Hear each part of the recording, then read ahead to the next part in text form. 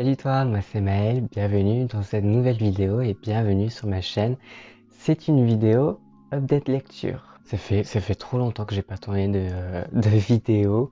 Ça doit faire un peu plus de 2 semaines, ça fait trop bizarre. Alors c'est un update lecture un peu particulier, puisque déjà je vais te parler de lectures que j'ai faites à la fin du mois de décembre 2021 déjà, et puis parce que tout d'abord, dans cette update lecture, j'aimerais revenir sur un livre dont je t'ai déjà parlé il y a 2 semaines. C'est bien évidemment Journal sexuel d'Arthur Dreyfus. Je l'ai terminé. J'ai terminé de lire les 2300 pages. Je suis beaucoup trop content, très fier de moi, parce que 2300 pages, je n'ai jamais lu de livre atteignant ce nombre de pages jusqu'à aujourd'hui. Et le truc, c'est que même si j'en ai parlé dans une vidéo, j'ai parlé que de la moitié du livre. J'ai pas parlé de l'autre moitié encore. Le truc, c'est que j'ai du mal à parler de ce livre parce que il y a tellement de choses à en dire, trop de choses que les idées fusent dans mon cerveau et j'arrive pas très bien à organiser mes idées. Alors j'ai essayé de le faire du coup sur Instagram il y a pas très longtemps, où j'ai essayé de clarifier un tout petit peu mes idées et ce que je pensais vraiment de ce livre. Donc je t'invite à aller voir mon post Instagram, à le lire, parce que j'ai l'impression que j'ai plus de facilité aussi à m'exprimer à l'écrit, à exprimer vraiment ce que je veux dire à l'écrit qu'à l'oral. Mais il faut que je revienne là-dessus parce que je vous ai quitté dans la vidéo précédente avec un suspense de malade. J'ai mis à la fin de la vidéo à suivre dans une deuxième partie. Finalement, je me suis dit qu'une deuxième partie, peut-être que ça n'aurait pas été assez intéressant. Et puis, j'ai pas envie non plus de vous saouler avec ce livre. Voilà, j'ai envie aussi de passer un tout petit peu à autre chose. C'est un livre, je ne sais pas si je l'ai aimé ou pas, je peux pas dire si je l'ai aimé ou si je l'ai détesté. Mais en tout cas, c'est un livre qui a été marquant, qui le sera, je pense, pendant très longtemps, parce que je n'ai jamais lu de livre comme celui-ci auparavant. Même Hervé Guibert, j'ai pas ressenti autant de choses et de sentiments et de sensations que même pendant ma découverte de Hervé Guibert la première fois. Arthur Dreyfus, avec ce journal, radicalise énormément de choses, radicalise à la fois euh, l'entreprise intimiste, c'est-à-dire le fait de tout dire dans un livre. Là, il y va, mais sans phare, sans prendre de pincettes. Il va se contredire dans ce livre à de nombreuses reprises, il va se répéter. Il va faire des parenthèses, des commentaires sur des commentaires, plein de choses. Donc c'est hyper varié. Il y a différentes voix aussi dans ce livre-là. Je pense que ça c'est sa force parce que on n'entend pas seulement que la voix de Arthur Dreyfus. On entend aussi plusieurs voix qu'il fait résonner, qu'il met en discussion. Il y a beaucoup de débats aussi dans ce livre-là. J'ai vu dans les commentaires d'ailleurs de mon post Instagram qu'il y avait une personne qui disait que c'était surtout un livre politique. Et c'est vrai en ce sens-là que c'est surtout un livre politique parce que c'est un livre qui parle de notre société actuelle, qui parle aussi du monde gay actuel, des débats autour de la question gay, de la sexualité gay, de tout ça. Et ça, c'était vraiment assez intéressant, je trouvais. Mais en fait, il y a plusieurs points qui sont hyper intéressants quand on les analyse. Et, euh, et c'est pour ça, c'est pas un livre qui est inintéressant, loin de là. Pas du tout. Pas du tout, du tout.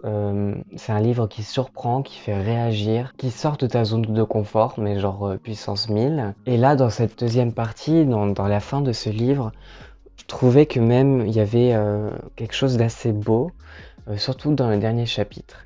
Parce qu'en fait, Arthur Dreyfus, à travers ce journal, nous parle surtout d'une sorte de reconquête de soi, d'une reconquête de ses propres désirs, de sa sexualité aussi, mais de son rapport au corps, au désir, au sexe, à l'amour.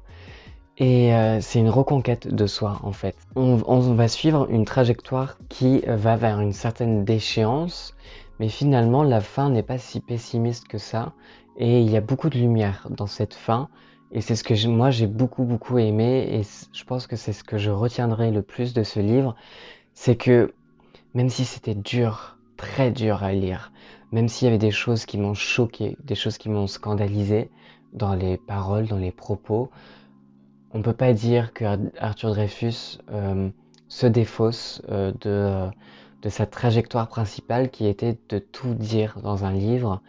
Et surtout, c'est un livre qui parle de manière très frontale et de manière très sincère de pratiques sexuelles comme le chemsex, par exemple. Le chemsex, c'est le fait d'avoir des rapports sexuels, c'est surtout dans des rapports homosexuels, le fait d'avoir des rapports sexuels sous drogue dure, comme par exemple le GHB, la MDMA, les cristaux, voilà, plein de drogues comme ça qui sont hyper addictives en fait finalement. On fait souvent le parallèle entre le chemsex et le sida aujourd'hui parce que c'est le cas et que il y a beaucoup de personnes qui meurent de ces pratiques sexuelles, de ces pratiques-là. Ce qui est assez marquant dans ce livre-là, c'est qu'au début, on va suivre la trajectoire de quelqu'un qui est obsessionnel, qui a une sexualité obsessionnelle contre cette impression de vide. Et en fait, au fur et à mesure, on se rend compte que Arthur Dreyfus va toujours aller au-delà des limites. Et la dernière limite, ça va être la drogue.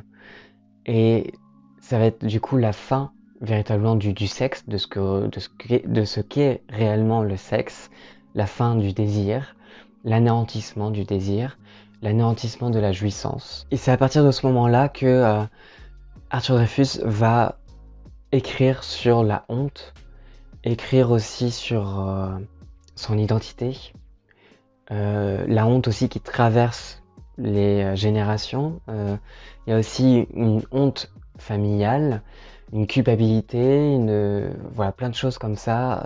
Franchement, c'était très profond. Et à partir du moment où il commence à parler de la drogue et de tout ça, c'était mais bouleversant.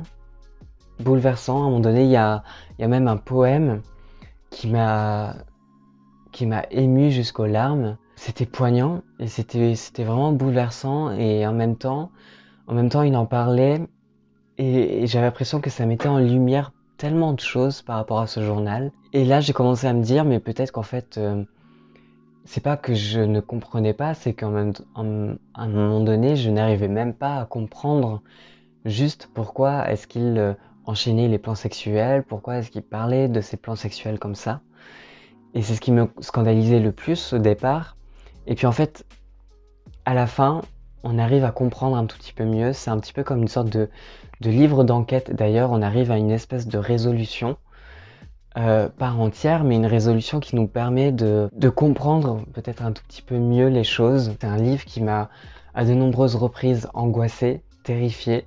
J'ai trouvé parfois monstrueux, parfois très laid, très sombre, très noir, trash, tout ce que vous voulez.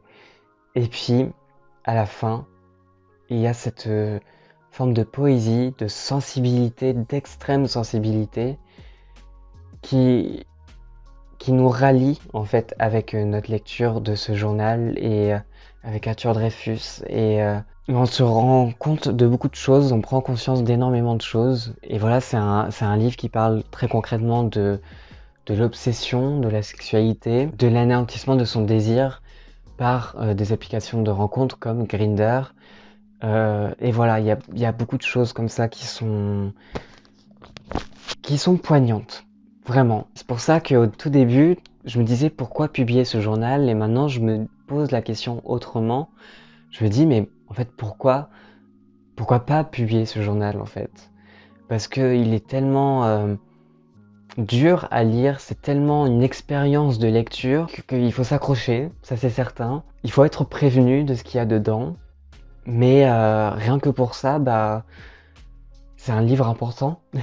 C'est un livre important et peut-être qu'il fera date parce que c'est très fort. J'ai lu un livre sur le chemsex qui s'appelait Chems de Joan Zarka ou un truc comme ça. J'avais pas du tout aimé parce que c'était très journalistique. Là, pour le coup, C'est très franc, on est complètement dedans, on est complètement immergé dedans. D'ailleurs, c'est dur de prendre de la distance par rapport à notre lecture.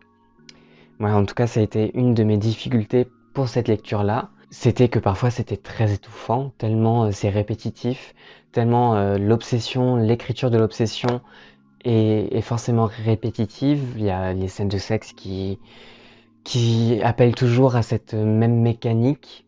Et du coup, cette mécanique-là, ça finit même nous par nous étouffer. Et voilà, c'était un livre très très dur à lire, complexe, vraiment pas simple du tout, qui ne parle pas que de sexe comme on pourrait l'entendre. Voilà du coup mon avis final, je sais pas dire si je l'ai aimé ou pas, mais en tout cas c'est un livre qui m'a marqué et qui va longtemps me marquer je pense. Voilà du coup pour la fin, la fin de cette saga autour du journal sexuel d'Arthur Dreyfus. Ça sera ma conclusion par rapport à ce livre. Bien sûr, si vous voulez venir en parler, je veux bien. Je veux bien venir en parler avec toi et je répondrai avec plaisir parce qu'il y a énormément de choses à dire sur ce livre. Et merci d'ailleurs du coup pour le soutien aussi par rapport à mes stories Instagram, parce que dans mes stories Instagram, je réagissais vraiment à chaud. Et des fois, vous voyez que ce livre me faisait réagir violemment. Euh, des fois, j'étais en colère par rapport à ce que je lisais, scandalisé, triste. Franchement, je suis passé par tout un tas d'émotions à travers ce journal sexuel. Et c'était ce qu'il y avait aussi de plus intéressant, je pense. C'est un livre qui m'a décontenancé du début jusqu'à la fin, quoi. Et donc merci pour les gens qui m'ont soutenu par rapport à ça et qui m'ont encouragé. Ça m'a fait plaisir, ça m'a fait extrêmement plaisir. Maintenant, je passe à toute autre chose. J'ai envie de te parler d'un roman graphique, hein. On va continuer à parler de graphique sur cette chaîne et dans mes updates lecture, j'aime bien alterner entre roman et graphique. J'ai lu 47 cordes de Timothée Le Boucher, évidemment. Gros coup de cœur sur cette première partie. J'ai trop hâte d'ailleurs que la deuxième partie sorte. Je sais pas quand est-ce qu'elle va sortir d'ailleurs, mais j'ai trop hâte. Timothée Le Boucher, je pense que je suis fan. Je suis définitivement fan de ce qu'il fait. Je pense qu'il a réussi à me réconcilier aussi avec la bande dessinée française, francophone. Parce que bah, je suis surtout un grand lecteur de manga et c'est vrai que j'ai longtemps délaissé la bande dessinée francophone et maintenant je m'y remets petit à petit et c'est un tout petit peu grâce à Timothée Le Boucher et à ce qu'il nous offre comme roman graphique. Alors là c'est encore une histoire particulière puisqu'on va suivre Ambroise qui est un jeune harpiste de talent et sa rencontre avec un être aux multiples visages, puisque c'est un métamorphe. Et ce métamorphe s'est épris de Ambroise et va se transformer en plusieurs personnages qui vont s'immiscer dans la vie d'Ambroise. Et surtout, il va y avoir un personnage en particulier qui est une grande harpiste qui va mettre au défi Ambroise, qui va un petit peu le prendre sous son aile et le faire découvrir un monde très particulier. Comme toujours, il y a une ambiance malsaine dans ce livre-là. C'est ce que j'ai adoré, c'est ce que j'aime énormément dans les livres, dans les histoires de Timothée Le Boucher. Il y a toujours cette espèce d'ambiance, d'atmosphère qui te met mal à l'aise et qui en même temps te fascine. Et pour le coup, ça a été le cas pour moi. C'est une ambiance encore noire, très fantastique. Et j'ai adoré ça. J'ai adoré l'histoire. J'ai adoré le déroulement de l'histoire. Les personnages sont hyper attachants, en même temps qui te font peur. Parce que tu ne sais jamais en fait qui se cache derrière qui. Quelles sont les intentions aussi du métamorphe, on ne sait toujours pas, hein, à travers cette première partie. Il y a énormément de mystères et de secrets. Et c'est un livre angoissant du coup par rapport à ça. Mais en même temps, c'est un livre qui te captive, mais d'une force assez inouïe. Les planches sont toujours magnifiques. J'aime toujours autant les couleurs d'ailleurs. Je pense que c'est mon préféré pour le moment. Ce que j'aime beaucoup aussi, c'est le dessin de Timothée Le Boucher et sa façon de dessiner les corps. Parce que franchement, il y a différentes morphologies aussi. Parce que il est obligé, je pense, pour qu'on puisse différencier chaque personnage. Et il y a quelque chose d'hyper... Alors je sais pas. Je sais pas. Je sais pas si je suis le seul à penser ça, mais les corps sont dessinés d'une telle manière qu'il y a quelque chose d'hyper sensuel, je trouve, dans ces dessins, dans tout ça, dans ces couleurs, il y a quelque chose d'exaltant, d'hyper sensuel. C'est prenant du début jusqu'à la fin et c'est très diversifié encore une fois et c'est très très beau. Et voilà, il y a tellement de mystères. D'ailleurs, je suis en train de voir l'illustration qui me rappelle. Genre, il y a aussi à moitié une organisation bizarre dans une espèce d'opéra choral, de conservatoire. Enfin bref, il y a plein de trucs un peu what the fuck dans ce livre. Et de très très étrange et de très très bizarre. C'est ce que j'ai énormément adoré, quoi. C'est un gros coup de cœur pour moi et je pense que c'est un livre à lire, hein, clairement. Clairement, c'est un livre à lire et j'ai tellement hâte d'avoir la deuxième partie. Pour rester dans le côté graphique encore, j'ai relu un manga qui m'est très très cher, un manga d'enfance, Sakura Card Captor. Voilà, là, je te montre le tome 9 parce que je les ai tous dans ma bibliothèque. Mais du coup, je te montre le tome 9 pour te montrer que j'ai lu jusqu'au dernier tome de cette première saison. Là, je suis en train de lire la deuxième saison. Alors, j'ai redécouvert ce manga. Je l'avais pas lu depuis, je pense que ça faisait au moins 10 ans que je l'avais pas lu, que j'avais pas relu. C'est un manga universel, tellement universel que j'ai eu même un autre regard encore. Il y a des choses que j'avais pas forcément captées quand j'étais plus jeune et que là j'ai réussi à capter et à comprendre un peu plus, notamment dans les relations entre les personnages et aussi dans cette ambiguïté qu'instaurent les clans par rapport au genre et par rapport à la sexualité entre guillemets, hein, ça reste des enfants, mais plutôt à leur orientation amoureuse, c'est-à-dire qu'il y a énormément de personnages queer en fait dans ce manga, genre vraiment. Et c'est un manga qui parle d'amour en fait, mais qui en parle avec une certaine maturité qui fait que même si on est adulte, on peut lire ce manga-là et s'y retrouver aussi. Enfin, en tout cas, moi, ça a été le cas pour moi. En même temps, bien entendu, j'avais la nostalgie aussi de relire Sakura Card Captor, de me replonger dans ces planches qui sont magnifiques. Il n'y a pas d'autre mot. Ces planches sont sublimes, avec toute cette effusion de fleurs, et en même temps, il y a tellement de détails, même par rapport aux expressions des personnages et à tout ça. J'ai adoré, les personnages sont hyper attachants encore une fois, que ça soit Sakura, Shaolan, mais aussi tous les autres. Et voilà, alors pour l'histoire, si vous connaissez pas l'histoire de Sakura Card Captor, c'est une histoire très simple dans laquelle on va suivre une jeune fille de 10 ans, Sakura, qui découvre un livre magique dans la bibliothèque de son père et qui, en ouvrant ce livre magique, va libérer des cartes magiques qui sont les Claw Cards, donc les cartes de Claw. Claw, c'était un puissant magicien qui a créé des cartes et qui est lié de près ou de loin à la vie de Sakura. Et du coup, la mission de Sakura est de chasser ces cartes pour ne pas qu'elles s'interfèrent dans le vrai monde, dans le monde des humains, et que ces cartes produisent des dégâts. Donc du coup, voilà, elle sauve le monde en chassant les cartes magiques. Mais sauf que il y a beaucoup de choses, il y a beaucoup de mystères, de secrets, il y a beaucoup de personnages qui vont mettre les bâtons dans les roues. Et voilà, du coup on suit la vie de Sakura, qui est un personnage féminin hyper presque parfait en fait, très altruiste et en même temps très forte, qui ne cache pas non plus ses failles et ses maladresses.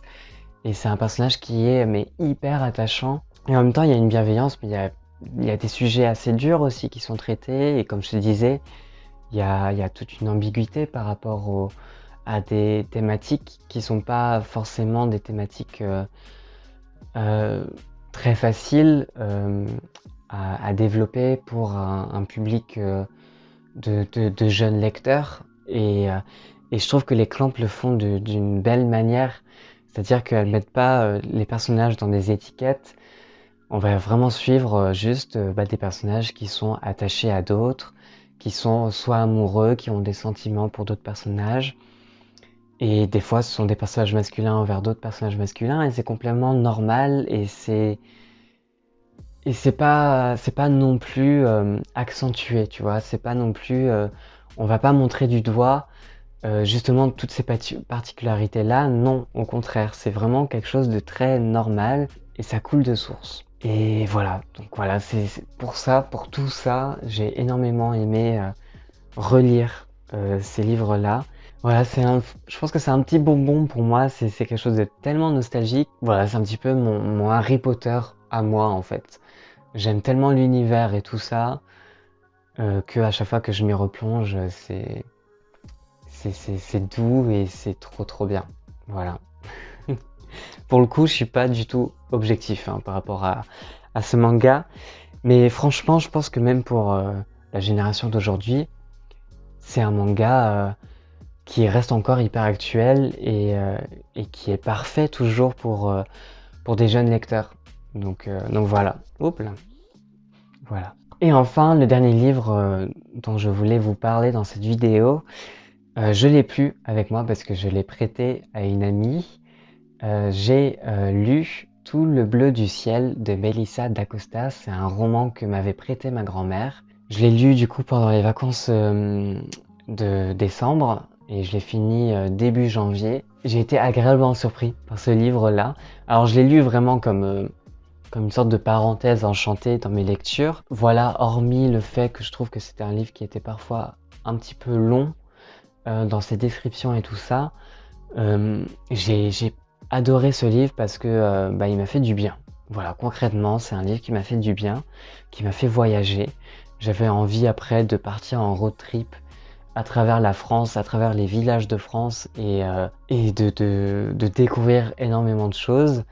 Voilà, c'est un livre qui te fait voyager. On va suivre dans ce livre-là un jeune homme qui est atteint d'Alzheimer précoce, Émile qui s'appelle, et il a une vingtaine d'années et il est atteint d'Alzheimer précoce. Et du coup, sa vie est comptée et il décide de réaliser un rêve, de partir, sachant qu'il a 2 ans à vivre, de partir sans le dire à personne, sans le dire à sa famille, après avoir publié une annonce sur internet, de partir en road trip. Et en fait voilà, il a publié une annonce sur internet pour avoir cherché une personne qui puisse l'accompagner, vu qu'il est malade, qui puisse l'aider dans cette quête au quotidien, l'accompagner et faire en sorte qu'il meure comme il le souhaite, comme il le souhaiterait. Et du coup, Joanne, une autre jeune fille, va répondre à cette annonce et va l'accompagner dans ce road trip. Et bien entendu, il va y avoir une sorte d'idylle entre eux. Enfin, en tout cas, il y a une relation sentimentale qui commence entre ces deux personnages. Et en même temps, ce sont deux personnages qui ont énormément de secrets, surtout Joanne. Et ce que j'ai beaucoup aimé à travers ce livre, c'est sa narration, sa construction, qui fait que au tout début, on va suivre concrètement le point de vue d'Émile, et puis après, on va au fur et à mesure glisser vers Joanne et découvrir sa vie, son passé, qui est pas évidemment qui n'est pas un passé très joyeux. Et franchement, c'est une très belle histoire. La fin est magnifique. C'est une belle histoire qui fera plaisir aux lecteurs les plus fleurs bleues, sans non plus tomber dans quelque chose de gnangnan. Au contraire, parce que je sais pas, il y a quelque chose qui fait qu'on s'attache énormément au personnage. Et j'ai pleuré quoi. Franchement, j'ai pleuré sur ce livre à de nombreuses reprises. J'avais des frissons quelquefois. J'étais complètement dedans. J'avais l'impression de regarder un film. Et quoi dire de plus sur ce livre? Je sais pas trop quoi dire par rapport à ce livre-là, hormis tout ça, parce que j'ai passé juste un très très bon moment de lecture et voilà. Voilà, c'est un petit peu le genre de livre où tu sais, t'as passé un bon moment. Ça a été une très bonne lecture et tu sais pas trop quoi en dire. Et je l'ai pas, du coup, je l'ai prêté à une amie et quelquefois elle m'en parle et du coup, franchement, les scènes restent tellement en mémoire. Elles sont marquantes par leur simplicité. Même la plume, hein, même le style de l'autrice est marquant par cette simplicité. Il y a quelque chose de poétique dans la simplicité et dans la vie quotidienne qui fait que aussi qu'on voyage à travers ce livre, qu'on est dans une espèce de petite bulle à soi. Et j'avais l'impression, franchement, aussi que ces personnages étaient mes amis et que je les connaissais depuis longtemps, alors que pas du tout. Et alors que, enfin, ce sont des personnages de fiction, quoi. Voilà, c'était un des lectures peut-être un peu rapide, mais j'avoue que ce sont des lectures que j'ai fait aussi il y a pas mal de temps. Donc voilà, ce sont des lectures sur lesquelles j'ai passé de très bons moments. Et, euh, et voilà, c'est l'essentiel en fait, c'est l'essentiel. Donc bon, peut-être que mes avis sont plus aussi constructifs, mais c'est sincère. Bon, n'hésite pas à me dire en commentaire quelles ont été tes dernières lectures. N'hésite pas non plus à venir t'abonner si c'est pas déjà fait, à liker cette vidéo, la partager aussi. Et merci pour les nouveaux arrivants aussi sur cette chaîne. Sur ce, je te dis à la prochaine, toujours sur ma chaîne. Allez, ciao!